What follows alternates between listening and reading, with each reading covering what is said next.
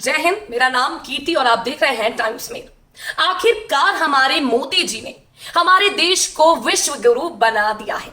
जिस राह पर हमारा देश चल रहा है उसे नफरत का रास्ता कहते हैं, जिससे दुनिया बहुत ही गलत समझती है। लेकिन खुद को दुनिया का गुरु बनाने का दावा खुद हमारे ही देश पर भारी पड़ता नजर आ रहा है।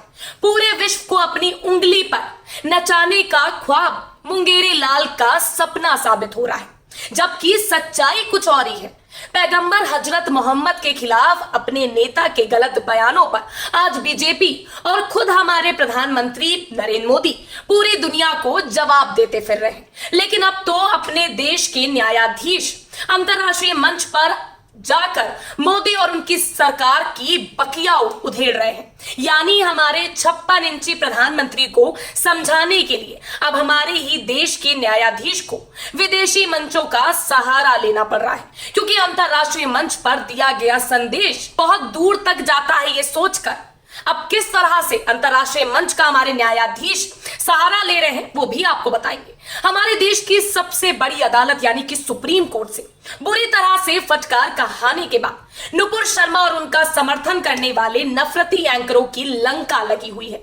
लेकिन अदालत की फटकार ने उनको दिमागी तौर पर बहुत जख्मी कर दिया है। जो लोग ये सोचते थे कि हम कुछ भी करेंगे तो कोई हमारा क्या बिगाड़ लेगा, टीवी पर चाहे कितना ही जहर परोस दे लेकिन हमको कौन रोकेगा। लेकिन सुप्रीम कोर्ट की कड़ी फटकार ने ना सिर्फ नुपुर शर्मा के होश उड़ाने का काम किया है, बल्कि उनके होश भी ठिकाने लगा दिए हैं। बल्कि बीजेपी भी हकलाने पर मजबूर हो गई है। सुप्रीम कोर्ट ने स्टूडियो में बैठे दंगाई एंकरों के साथ साथ दिल्ली पुलिस को भी कायदे से लपेट दिया है।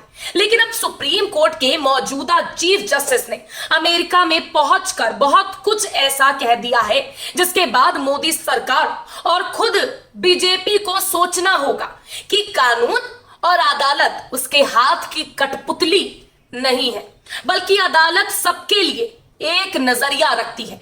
चाहे बीजेपी की नुपुर शर्मा हो या फिर कोई आम आदमी या फिर ऑल्ट न्यूज का पत्रकार मोहम्मद जुबैर। आखिर क्या कहा है सुप्रीम कोर्ट के चीफ जस्टिस ने, जिसके संघियों के खेमे में आग लग गई है, जिसके चलते बताएंगे आपको और भी बहुत कुछ। लेकिन अगर आप हमारे चैनल पर नए हैं और पहली बार हमारा वीडियो देख रहे हैं तो हमारे चैनल टाइम्स मेल को सब्सक्राइब करना मत भूलें, ताकि आपको भी ऐसी वीडियोस, ऐसी इंफॉर्मेशन सबसे पहले मिल सके। वीडियो को लाइक भी कर दें और बेल आइकन का नोटिफिकेशन बटन भी प्रेस कर दें, ताकि आपको बिना देरी हमारी हर एक खबर सबसे पहले मिल सके। चलिए लौटते हैं खबर पर, और खबर की तरफ लौटते हुए आपको मैं बताती हूं कि किस तरह से अब बीजेपी सरकार के मंत्रियों की, उनके नेताओं की होश फाकता हुए पड़े हैं। सुप्रीम कोर्ट के मुख्य न्यायाधीश एनवी रमना ने शुक्रवार को तमाम सियासी पार्टियों के होश उड़ाने वाला बयान दे डाला। उन्होंने साफ तौर पर यह कह दिया कि सियासी दलों को यह लगता है कि अदालत को उनके काम का समर्थन करना चाहिए। जस्टिस रमना ने कहा कि हम संविधान के प्रति जवाबदेह हैं। न्यायपालिका एक स्वतंत्र अंग है जिसकी जवाबदेही सिर्फ संविधान के प्रति है, ना कि किसी सियासी पार्टी या विचारधारा के प्रति। दरअसल चीफ जस्टिस रमना का बयान अमेरिका की धरती से आया है।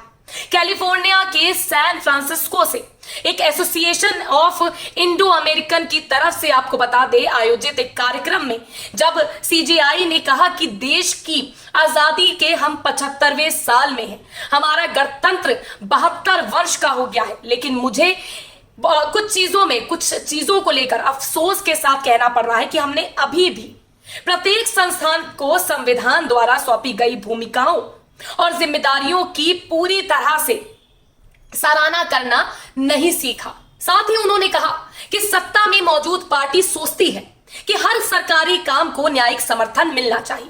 विपक्षी दल न्यायपालिकाओं से अपने राजनीतिक दलों और कारणों को आगे बढ़ाने की उम्मीद करते हैं। इस तरह की विचार प्रक्रिया संविधान और समझ की कमी से पैदा होती है।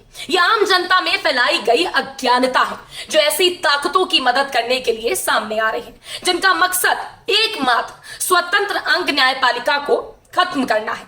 उन्होंने जोर देते हुए कहा कि न्यायपालिका अकेले संविधान के प्रति जवाबदेह है। हमें भारत में संवैधानिक संस्कृति को आगे ले जाने की जरूरत है। चीफ जस्टिस एनवी रमना ने अमेरिका का उदाहरण देते हुए कहा कि यह अमेरिकी समाज की सहिष्णुता और समावेशी प्रकृति है कि वो दुनिया भर की सर्वश्रेष्ठ प्रतिभाओं को अपनी तरफ आकर्षित करने में सक्षम है, जो बदले में इसके विकास में योगदान दे रही है। अलग अलग बैकग्राउंड से योग्य प्रतिभाओं का सामना करना भी आत्मविश्वास बनाए रखने के लिए जरूरी है। तो ये तमाम बातें सीजीआई द्वारा कही गई। एनवी रमना की ये बातें बहुत जरूरी हैं। ये समझनी होगी आप लोग को, ये सुनना होगा आप लोग को, क्योंकि ये आपको समझ में आना चाहिए कि किस तरह से सत्ता पक्ष के लोग इन बातों को समझ नहीं रहे, इसलिए अंतरराष्ट्रीय मंच का सहारा लेना पड़ा। तो इस तरह से एनवी रमना ने सत्ताधारी सियासी पार्टी बीजेपी और आरएसएस की विचारधारा का खुला विरोध किया है, या कह लीजिए उनको खुले तौर पर चैलेंज कर दिया है। लेकिन सवाल है कि आखिर चीफ जस्टिस को सियासी पार्टियों और उनकी विचारधारा पर सवाल क्यों उठाना पड़ा? इसकी एक झलक सुप्रीम कोर्ट के ताजा बयान में भी नजर आ रही है।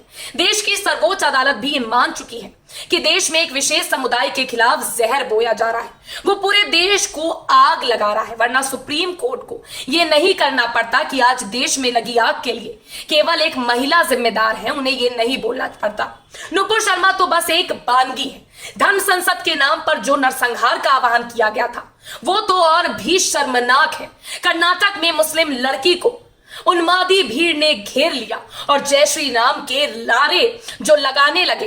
यति नरसिंहानंद, बजरंग मुनिदास, साध्वी प्रज्ञा जैसे तमाम लोग हैं जो मुसलमानों के खिलाफ जहर उगल रहे हैं। और अब इस लिस्ट में बीजेपी की पूर्व प्रवक्ता नुपुर शर्मा का नाम भी जुड़ गया है, जिन्होंने सबसे ज्यादा नाम कमा लिया है। इन जैसे खास लोगों पर प्रशासन ने कोई खास कार्रवाई नहीं की। कोई 10 दिन में जमानत पर बाहर आ गया, कोई 5 दिन की जमानत पर बाहर आ गया, तो कुछ तो ऐसे हैं जो अभी तक जेल के बाहर ही हैं। वो बड़े चैन से मौज काट रहे हैं, अपनी एसी कमरों में आराम फरमा रहे हैं। तो अब देश की हालत क्या है आप इन चीजों से समझ सकते हैं। जहां बाबा का बुलडोजर चलता है, पुलिस प्रशासन की तुरंत कार्रवाई के प्रशंसा की जाती है, वहां ऐसे लोगों की लिस्ट आपके सामने प्रस्तुत कर दी हमने जिन्होंने धर्म के नाम पर काफी उन्माद फैलाया, लेकिन कार्रवाई के नाम पर कुछ नहीं हुआ। बीते 10 सालों के दौरान हिंदुत्व का जो बदला चेहरा सबके सामने आया है, इस हिंदुत्व का संबंध ना तो हिंदू धर्म से है ना हिंदुओं से।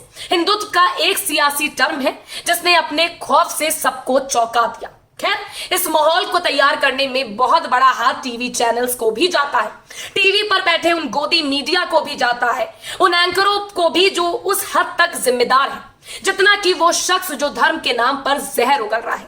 शायद ये पहली बार हुआ है जब देश में किसी टीवी चैनल के कार्यक्रम को लेकर उठा विवाद अंतरराष्ट्रीय स्तर तक पहुंच गया। ऐसे तमाम उदाहरण हैं जब देश के चौथे स्तंभ यानी पत्रकारिता को सवालों के कटघरे में खड़ा होना पड़ा। इस सच्चाई से वाकिफ सब हैं। अभी भी चैनलों पर उनका एजेंडा मुस्लिम हिंदू जारी है, लेकिन सवाल ये उठता है कि चाहे नुपुर शर्मा हो, यति नरसिंहानंद हो, बजरंग मुनिदास हो या साध्वी प्रज्ञा ही क्यों ना हो, पूजा शकुन पांडे हो, इन सब के बड़बोले बयानों पर देश के प्रधानमंत्री खुले मंच पर आकर अपनी चुप्पी क्यों नहीं तोड़ते? क्या उन्हें डर है? क्या उन्हें वाकई ही ये घबराहट है कि उनका ऐसा करने से उनके कठोर हिंदुत्व की छवि को नुकसान पहुंचेगा? क्योंकि अल्पसंख्यकों के ऊपर बढ़ रहे अत्याचारों पर देश के प्रधानमंत्री आज से नहीं बल्कि कई सालों से चुप्पी साधे हैं। चाहे वो मुस्लिम आपको बता दें कि मॉब लिंचिंग का मुद्दा क्यों ना हो, या मुस्लिमों को अलग थलग करने को लेकर कोई कोशिश क्यों ना की गई हो। तबरेज अंसारी, अखलाक या पहलू खान, इन सब की मॉब लिंचिंग को कौन भूल सकता है? आप सबको याद होगा। कहीं ना कहीं सांप्रदायिकता की आड़ में की गई हत्या और उसकी जहर का नतीजा है कि जिनके दिमाग ये नफरत बीते कई सालों से डाली जा रही है। अब बात कहते हैं कि आज के मौजूदा हालात की, जो घटना राजस्थान में घटी जिसने पूरे देश को और पूरे देशवासियों को झंझोर कर रख दिया, ठीक ऐसी ही घटना कुछ सालों पहले उसी उदयपुर से भी सामने आई थी, जिसमें शंभू लाल रेगर नाम के एक जहरीले इंसान ने अफराजुल की हत्या कर दी थी। जी हां, यह सच्चाई है। इस हत्या का भी लाइव वीडियो सोशल मीडिया पर सामने आया था। हम दोनों घटनाओं की बात कर रहे हैं और हम दोनों घटनाओं का साथ भी नहीं देते, लेकिन घटनाओं में क्या पक्षपात हुआ, क्या चीजें हुई, ये जरूर गौर करने वाली है। उदयपुर में कन्हैया लाल की हत्या के वक्त एक भी मुस्लिम पत्रकार, मुस्लिम संगठन या फिर मुस्लिम धर्म गुरुओं ने समर्थन नहीं किया, बल्कि सबसे पहले मुस्लिमों की तरफ से ही इस घटना के खिलाफ आवाज उठी, प्रतिक्रिया सामने आई। लेकिन जब शंभूलाल रैगर ने अफराजुल की हत्या को अंजाम दिया था, तब कट्टरपंथी संगठनों ने खुले तौर पर शंभूलाल रैगर के साथ खड़े हो गए थे, उनका समर्थन किया था।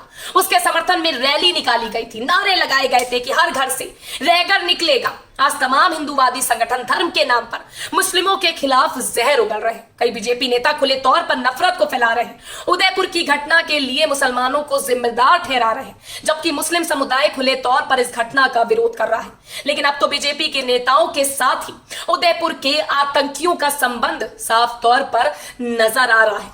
बीजेपी सफाई पर सफाई दे रही है, जबकि तस्वीरें कुछ और ही मंजर बयां कर रही है। फिलहाल इस वीडियो में बस इतना ही। ये वीडियो आपको पसंद आया हो और ये स्टोरी आपको पसंद आई हो तो इसको ज्यादा से ज्यादा शेयर करिएगा, ताकि लोगों तक ये सच्चाई उजागर हो सके, लोगों को पता चल सके कि उनके देश में वाकई क्या हालात हैं और उस हालातों पर अब हमारी न्यायपालिका ने भी चुप्पी तोड़ दी है, इस कदर मजबूर हो गए हैं। वीडियो पसंद आया तो अपनी राय भी जरूर रखिएगा कि आप इस वीडियो को लेकर अपनी क्या राय रखते हैं। साथ ही साथ चैनल को सब्सक्राइब करना मत भूलिएगा। नमस्कार।